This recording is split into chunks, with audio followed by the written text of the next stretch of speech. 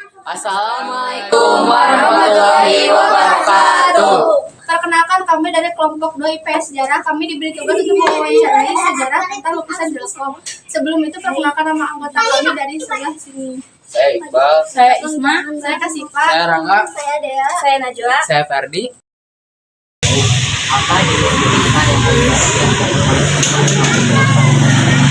Untuk jenis lukisan yang banyak dihasilkan di Kampung Seni Jelekong yaitu bertema nuansa panen, ya ada panen padi, ya terus yang kedua itu bertema pemandangan, baik pemandangan alam, air terjun, pemandangan Eropa, ya pokoknya tema-tema yang berjenis pemandangan.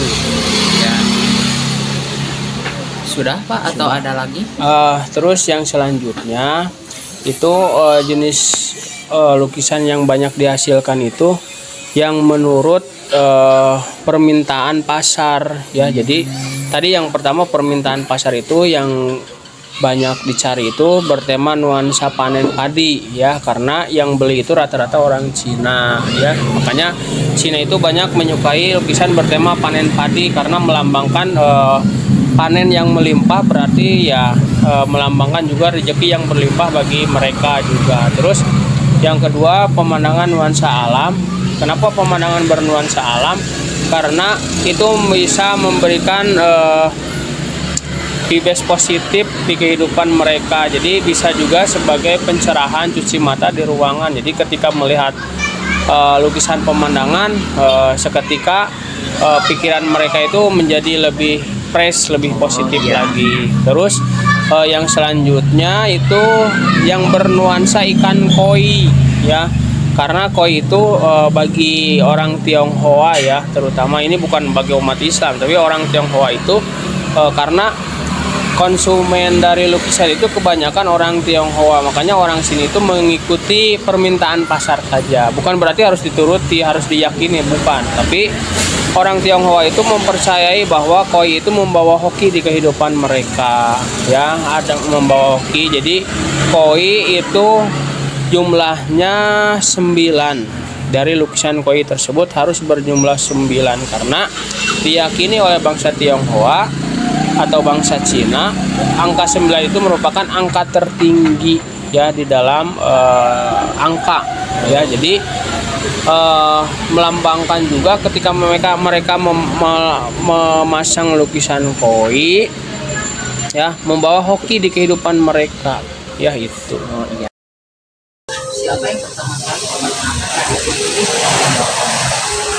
Yang pertama kali memperkenalkan tradisi melukis di Kampung Seni Jelekong yaitu Bapak Odin Rohidin, ya, almarhum.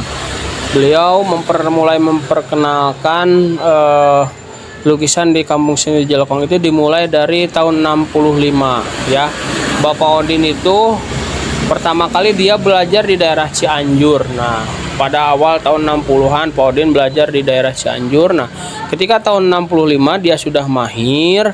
Nah, dia mulai kembali ke Jelekong dan memperkenalkan tradisi melukis di Jelekong mulai tahun 65. Pertama kali memuridkan itu sekitar 5-6 orang. Murid yang pertama yang dihasilkan Bapak Odin termasuk almarhum bapak saya, Bapak Dadang Komarudin. Di antaranya Bapak Dadang, Bapak Nana, Bapak Haji Kosim, Bapak Jainuddin, Bapak Uga Surgana. Nah, kelima murid yang pertama belajar di Pak Odin. Nah, sering berjalannya waktu dari kelima murid tersebut memuridkan lagi. Nah, pada puncaknya itu pada tahun 2000-an, sebelum tahun 2000, sekitar tahun 95 sampai 2000-an. Pelukis itu mencapai lebih dari 300 pelukis ketika didata. Nah, itu puncak dari kejayaan lukisan Jelekong. Setelah tahun 2000 ke sini, karena harga-harga bahan baku mulai naik harganya, mereka juga banyak yang beralih profesi menjadi buruh pabrik dan usaha yang lain. Mungkin dianggap karena melukis itu jenuh, jadi aktivitasnya itu sehari-hari di rumah. Jadi mereka ingin melepas penat gitu. Jadi kalau melukis itu orang Jelekong, cicing di Jelekong, diam di Jelekong, dan tidak kemana-mana. Mereka akhirnya mencari mata pencaharian lain. Banyak yang beralih profesi menjadi buruh pabrik pada itu. Nah, untuk tahun sekarang ya kalau didata adalah sekitar 100 pelukis yang ada di Jelekong untuk tahun sekarang.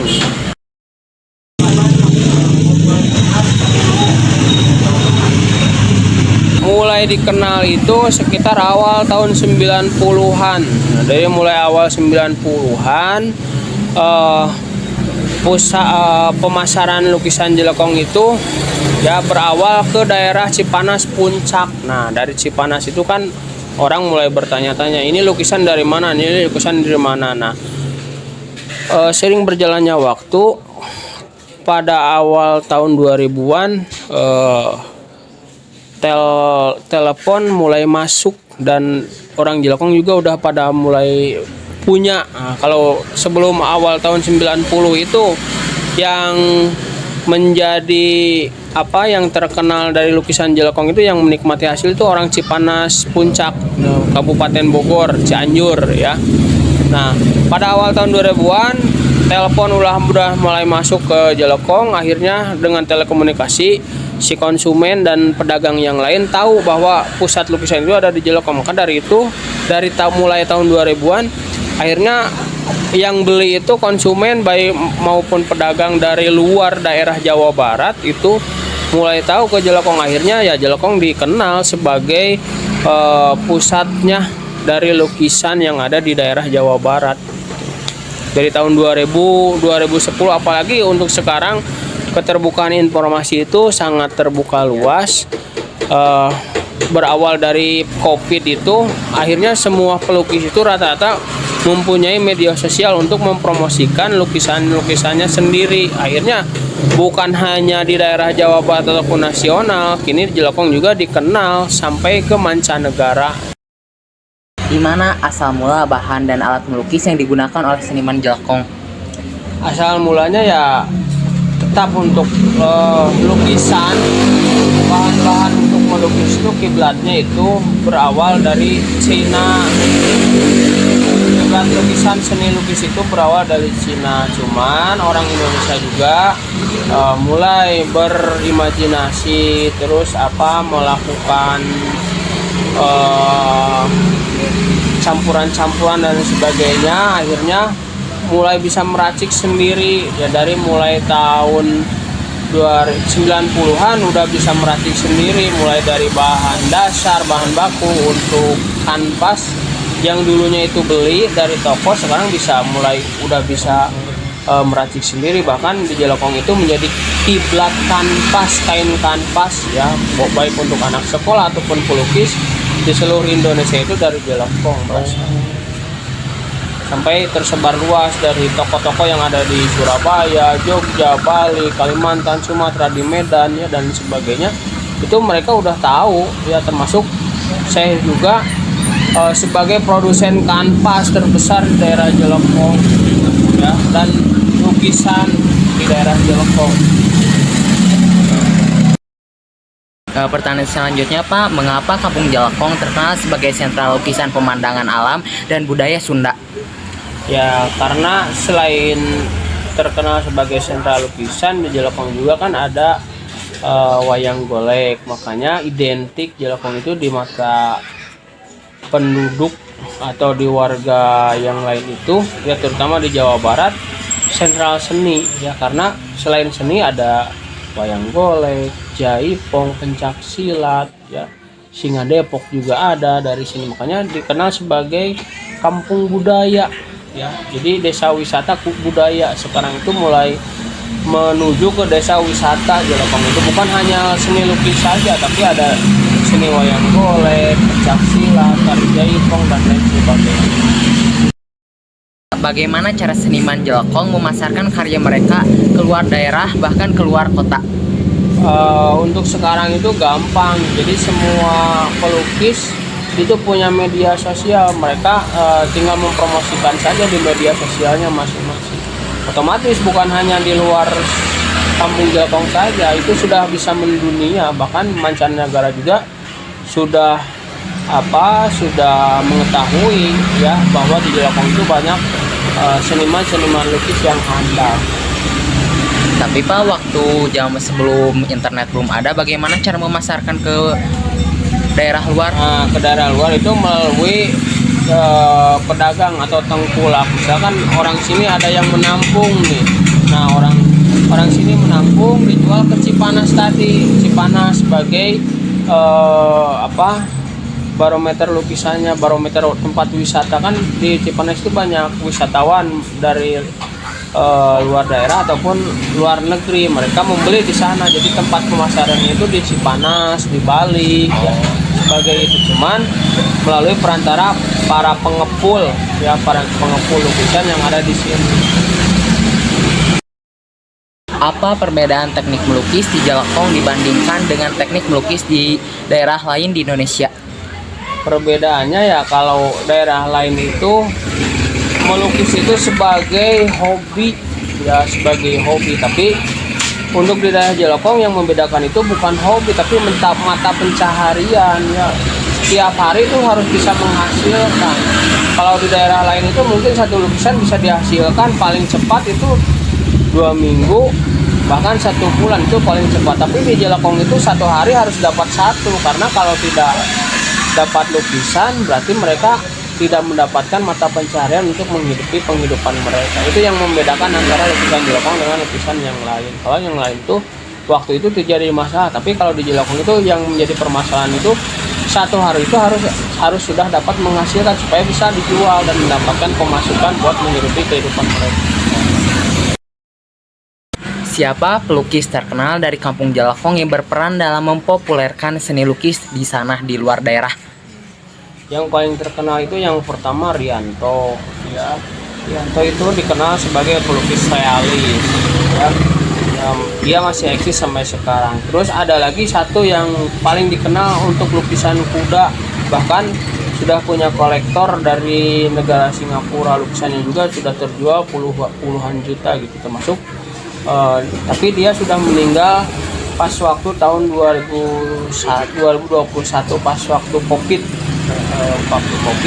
Nah, dia Uus Kusmana, almarhum Uus Kusmana itu yang terkenal. Yang kedua, yang ketiga Bapak Kusmana masih eksis juga sekarang, ya. Yang keempat Bapak Soleh Paris Ruswana atau Mas D, itu yang terkenal. Kalau yang lain itu ya relatif karena sebagai mata pencaharian. Yang 4 tadi itu merupakan yang dikenal di kalangan pelukis-pelukis yang lain. Kapan terjadinya perubahan besar dalam gaya dan tema lukisan di Kampung Jalakong? Perubahan dimulai ketika awal tahun 2000. Yang asalnya itu dulu itu menggambar itu bukan di kain kanvas tapi di kain kanji, ya. Nah, pada tahun 2000 mulai terjadi eksodus besar-besaran, ya. Jadi yang asalnya itu lukisannya itu sangat sederhana, yang temanya itu tema pemandangan, rata-rata tema pemandangan. Tapi awal tahun 2000-an karena sudah tahu internet dan lain sebagainya, mulai ada keterbukaan informasi, mulailah banyak yang belajar otodidak. Tapi semuanya rata-rata itu mereka berangkat dari melukis pemandangan. Mereka mulai belajar otodidak mengenai lukisan koi, kuda, wajah, dan lain sebagainya. Itu terjadi di awal tahun 2000-an. Sampai sekarang itu banyak sekali perubahan-perubahan. Kalau dilihat dari lukisan Jalakong yang pertama kali itu sudah sangat jauh sekali. Sekarang perubahannya sudah maju lah, bisa dikatakan maju. Bagaimana komunitas seni di Jalakong berperan dalam melestarikan tradisi melukis di tengah perkembangan zaman? Kebetulan untuk komunitas, ada komunitas juga, termasuk saya juga berperan aktif di dalamnya. Itu ada komunitas Gurat, ya, Gurat yang sampai sekarang eksis, ya, mempunyai eksistensi bukan hanya di daerah Jalakong tapi di Ikatan Pelukis seluruh Indonesia juga dia eksis. Bahkan sekarang ada salah satu anggota Gurat yang mengikuti kegiatan pameran di Polandia, ya, di Polandia,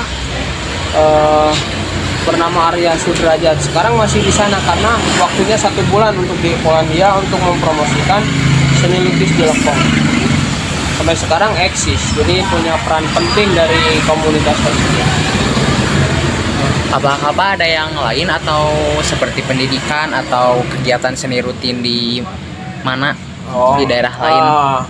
Ada mengisi kegiatan-kegiatan, misalkan mengikuti kegiatan-kegiatan yang diselenggarakan oleh sekolah.